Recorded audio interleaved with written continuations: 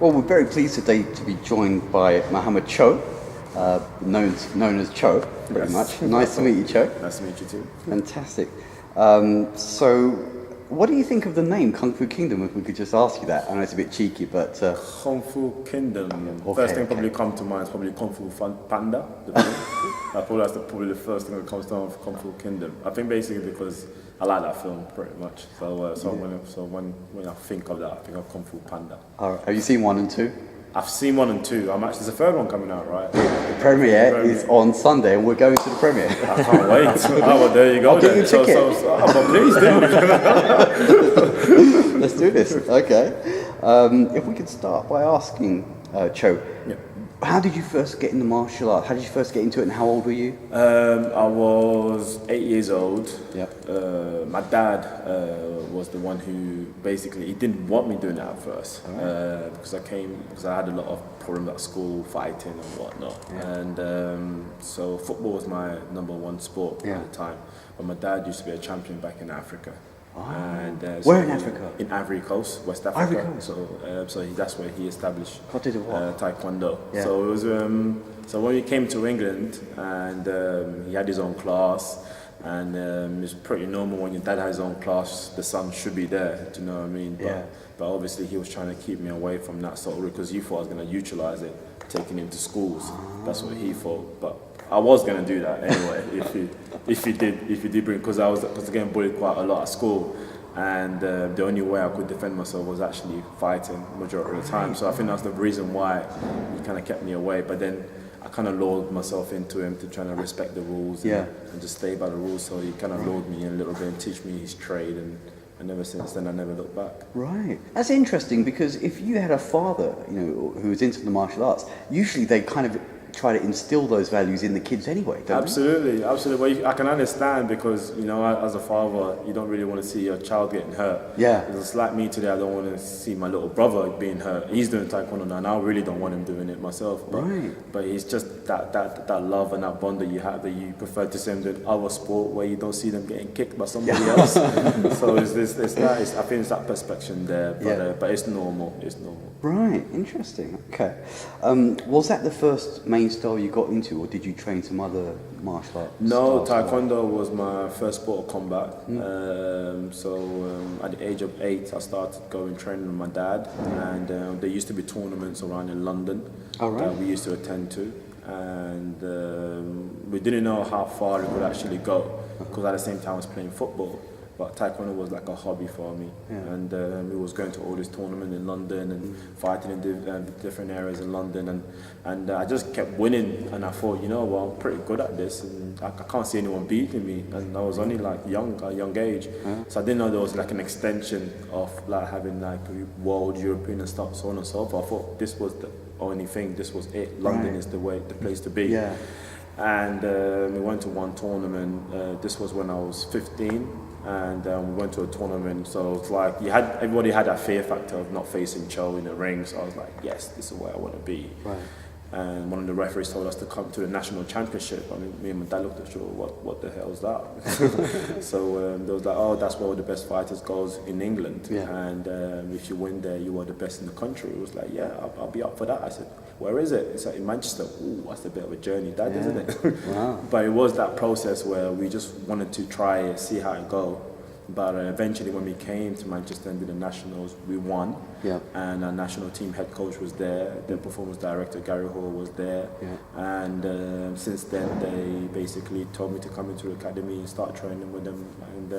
And ever since then, I've just been trading and learning from different people. So I came in an era where there was Sarah Stevenson. Oh, yeah. There was Craig Brown, David, who's the coach now, Martin Stamper. So all of these high caliber people. Yeah. So I came in that era, so I was very fortunate to learn off of them. Right. And so how many years ago was that then?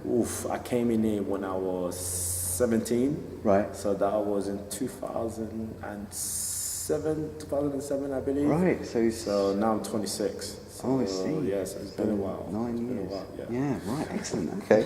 Who was your father led you into the martial arts? What other teachers or inspirational figures helped you along in your journey?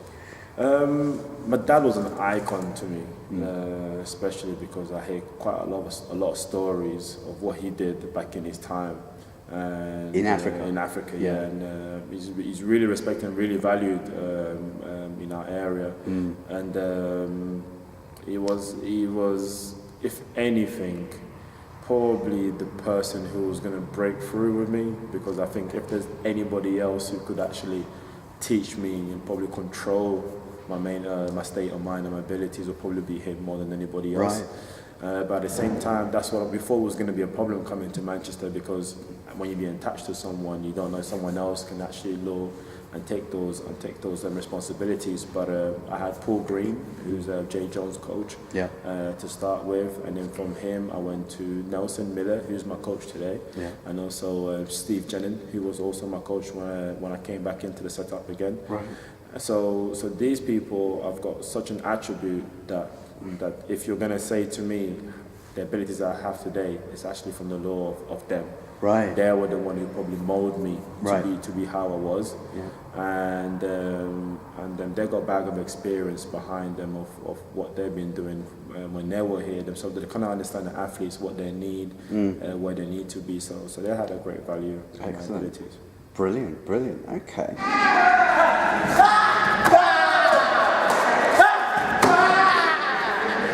You've had a successful year in the last 12 months. Can you tell us a couple of tournament or competition highlights for you? I won't say successful. It was a roller coaster. Okay. it was a lot of ups and downs. Ups and downs. Yeah. But it was good because we needed that transition, to actually know what we could do to become better. Yeah. So obviously. That there was a period where we couldn't even get a match together, So these type of phases can come along, and then again it comes down to the coaches, like how he's going to be able to put you back on the mainstream again. Right. And you couldn't get a match because people are scared of your aggressive style. I think probably that was probably it. They're scared of you. But it was very unknown territory, because I've never been in that territory before. Right. I'm always used to being on the mat. I know always either winning or medaling here or doing something, but never come away from a tournament and not actually getting nothing, coming home empty-handed. So that was really unknown territory for me. So that barrier was being able to accept that and carrying on as an athlete is very hard. Yeah. So we went from changing coaches, from changing different type of fighting, different type of styles, and seeing what was suited for Cho. And that's the element of work that we do here. As you saw today, how we're training with Cho, we're really trying to be individuals as much as we can, even though we're a team, we support one another. Right. But we're really trying to be individuals as we can. But if I have to pick a tournament. Or a particular bout. Fight, I would have to probably say the fight against Korea in Samsung, Turkey. We lost in the quarterfinals, so we didn't medal there. But that fight was a fight. Who was it with? It was with Joe Cho. His name is Joe Cho, and he's a really formidable player. I thought I had him on check. I thought I was controlling the fight, and out of nowhere he just kind of surprised me with 2 kicks that just changed the whole game and took the game from my side to his side in quick sensation. So that's the type of caliber we're dealing with. Was he the same kind of height as you? I'll probably say I got probably a little bit of advantage over him height-wise, But he's come a long way as an opponent, and definitely hats off to him for that fight. Wow. Okay. Well, you better watch out, because obviously you learned a few tricks from him. Well, absolutely.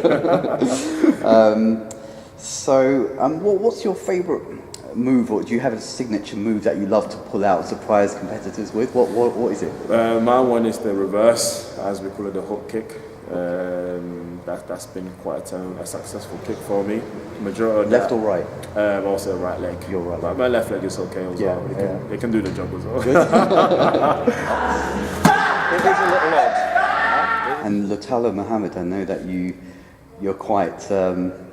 You train with him and stuff. He's also got very quick Absolutely. kicks. Lutalo is one of I call him crazy style fighting because he's got so many skills and so many things that he can do. He's so agile, so flexible, quick, very fast, and he's a bee. He stings, you know, and he stings well. So I think he's one of those orthodox players that people can't deal with nowadays. And it's good to have that, you know. So that's what Taekwondo is all about, being different, not trying to do the same thing as everybody else. And he is definitely different. He's got that as well. Brilliant. Okay. Any injuries that you've had over the last 12 months, and how do you sort of deal with those? Everyone's... Yeah, injuries. What was my last injury? If I remember, majority of my injuries has been hamstrings. Last one that kept me out for a bit was I had a knee injury.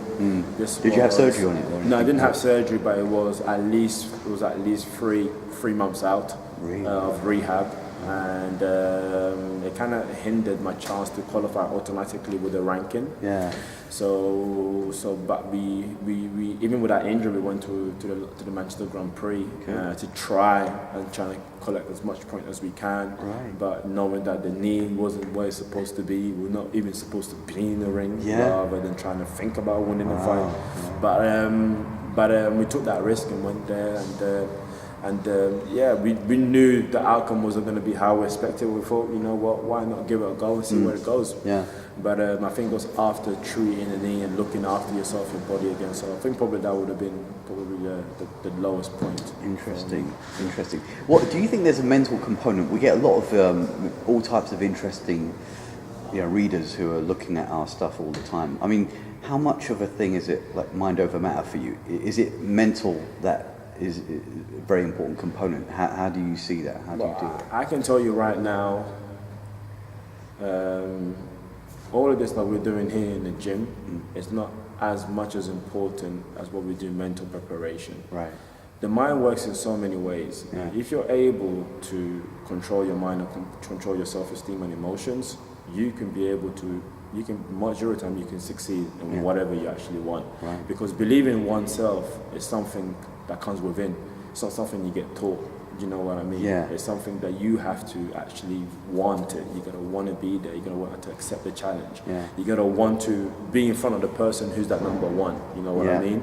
And that's your goal. That's your aim. So our mind is set to do that. You know, and if your mind is not set to do that, then this is not for you. You know what I mean? It can't. I'm not talking about just Taekwondo. I'm talking about in general, even. You know, so you can go to your classroom or in university.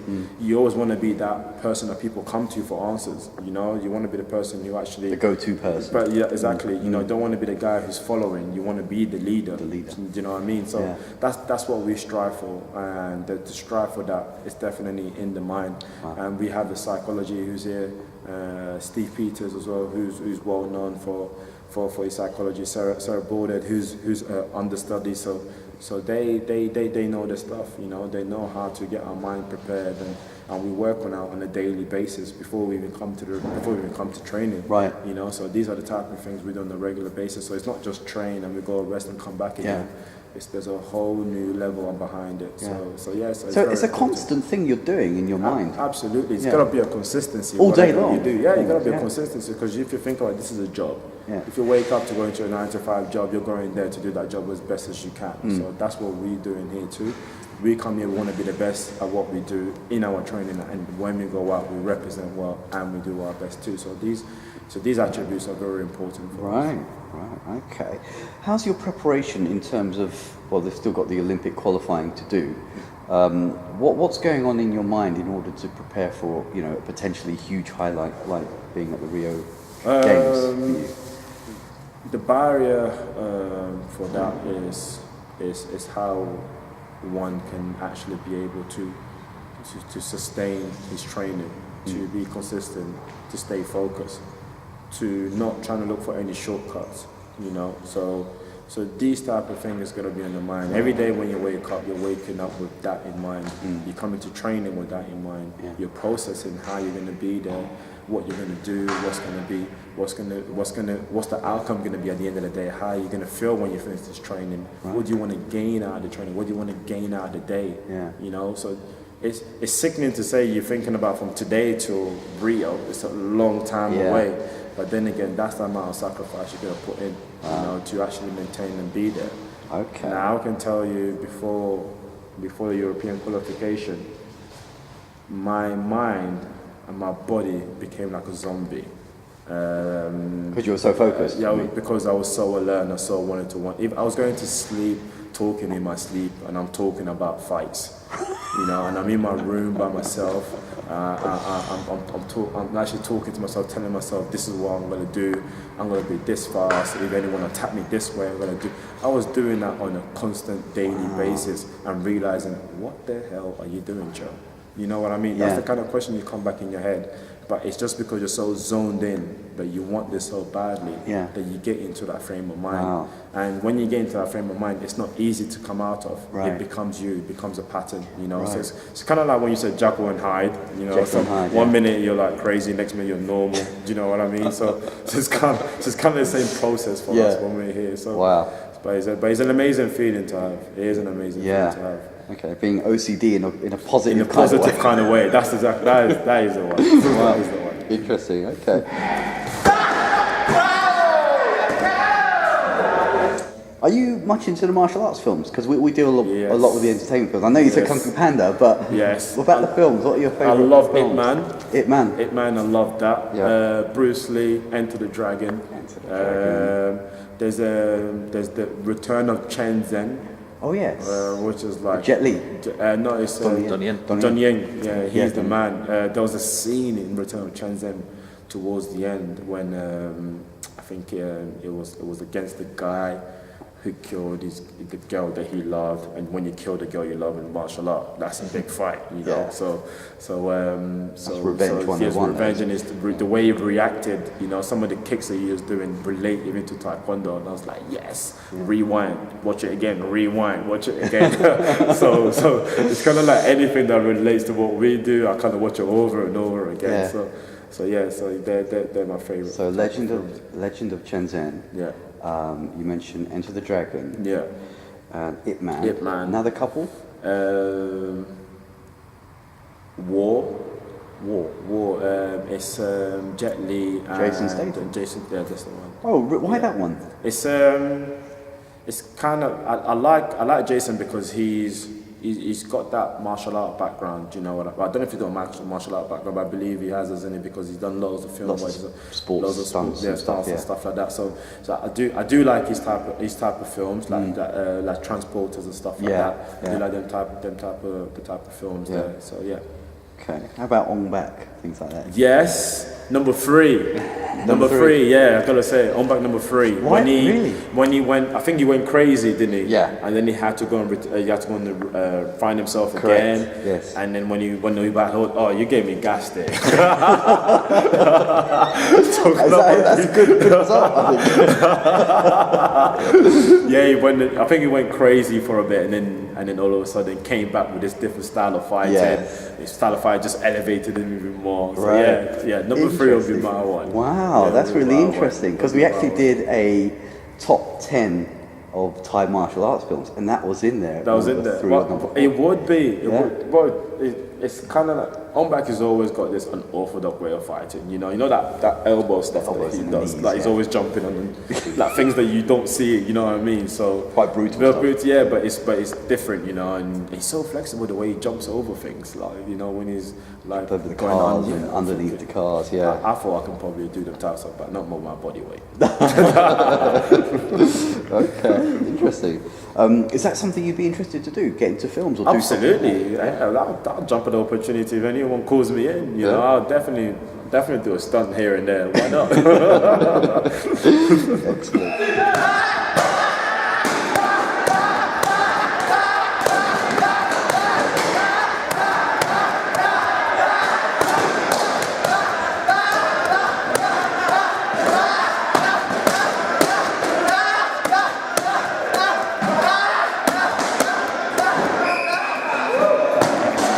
So, in terms of training, how many hours a day would you spend training roughly? It depends. Can vary from 3 to 4 hours a day. Yeah. So basically, we can have 2 in the morning and 2 hours in the morning, 2 hours in the afternoon. Yeah. And in between the 2 hours, you got psychology work to do. So you spend you got psychology and physio. So you spend majority of the time in this building. You can be at least a half a day. Yeah. Half a day here, so probably 6 hours in total. Right. On a daily basis. Excellent. Okay. What's your favorite type of workout? I know some people like calisthenics, some people like cardiovascular, weight training. What do you do? I love my core stability workout. Core stability. Yeah, core stability is challenging. But since my coach is the one doing, I wish he was here listening to this. Yeah. I actually renamed it as military core stability. So it's not the usual core stability we see on YouTube or whatnot. He's kind of adapted to his own way, but it's very, to me, it's very extreme. Really? But I always tell him, at the moment I'm kind of challenging him.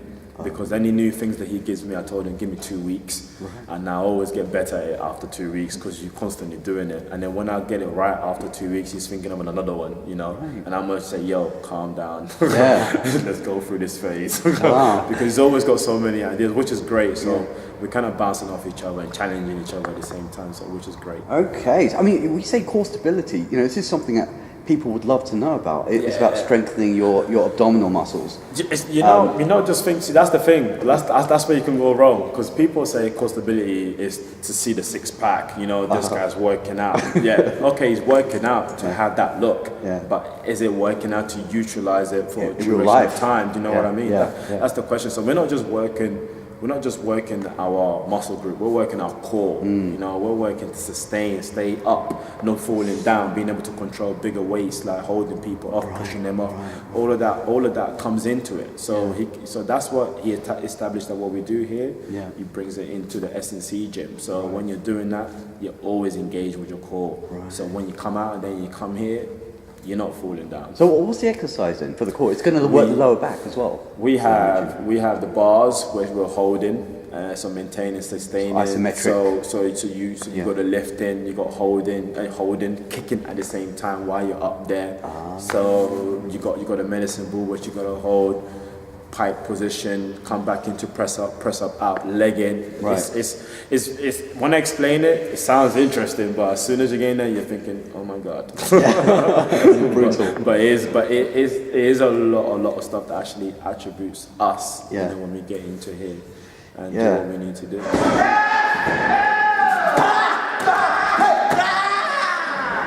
You've been to Korea a few times? Yeah. What one thing would you say you've taken from there which you've adopted and said, I really like that principle, or I like that way of thinking and it's part of me now? The Koreans are very cultural. Taekwondo is where it comes from, and they value that very much. And actually, funny enough, we're talking about Korea. This is how it's in the blood over there, rather than when you come to different countries. Me and Lutelo went out into town to buy food and whatnot. Where, into Seoul? Yeah, into Seoul, just to buy food. And there was an old guy who was at a table selling biscuits and cakes and whatnot. So we stopped by and we wanted to buy those biscuits and cakes and just taste of the culture. And this guy, in Korea, when they see black people, they're kind of like, wow, where you guys are from? They want to get to know you a little bit better.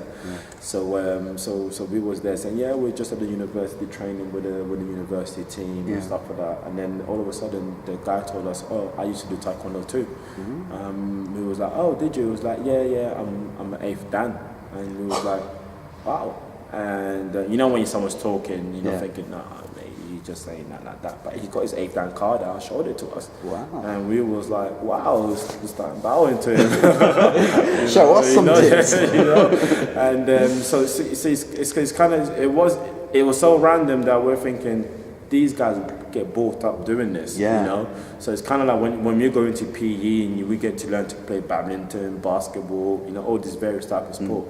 For them, Taekwondo is one of the first things that they got to learn. It's a national sport. So it's really amazing how they value the sport that's that's creating them, bonding them into it. So and now I can understand why Taekwondo is so varied around the world, because we're not just talking about kicking pads and trying to see who can beat who and whatnot. There's so much behind it. You have to respect one another. Integrity is very important. Patient, being able to be committed fully. So there's all of that behind it. So it molds you into a human being of how to actually not just be a great athlete, but to be a great human being at the same time. And when you go to Korea, you see that. You see the respect, you see the love, you see how people are committed to what they do. Interesting. And it's something that we're basically trying to learn off of them. So that's something that I took away from it. Interesting. So basically, behave yourself if you go to Korea, because you never know, you could bump into an 8th Dan. An 8th Dan guy, you never know. You just could bump into him.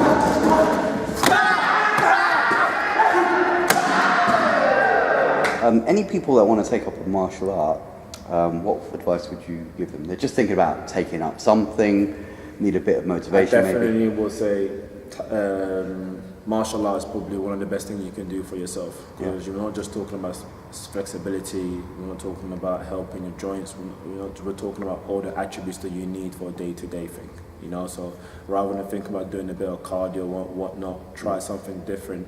Give your legs something different that you could probably adapt to and learn different things. So martial arts is definitely something everyone should be doing, because I think they will enjoy it, they will have fun, and at the same time they will learn different attributes, different cultures too. Right. So I think so I would definitely endorse anyone who are out there who are thinking about it.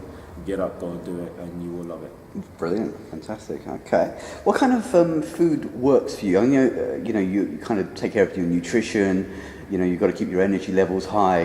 What foods work for you? Because everyone's different. Well, physically. You're asking the heavyweights who love his food, and I ain't got no boundary. Oh, really? I ain't got no boundary, but I do not tend to exaggerate. Obviously you don't want to be overweight, but you don't want to be too heavy going onto the mat or competition. So you kind of watch yourself closer to tournaments as well. Right.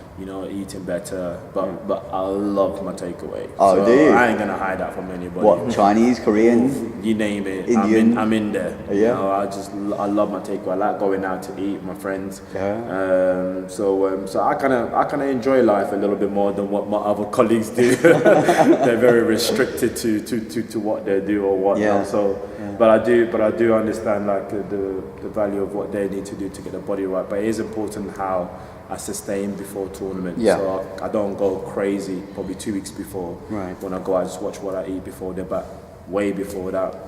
I'm just basically free and eating whatever I like. Interesting. Really. What food works for you to get your energy really high for training and fighting and stuff like that? Pasta is very good.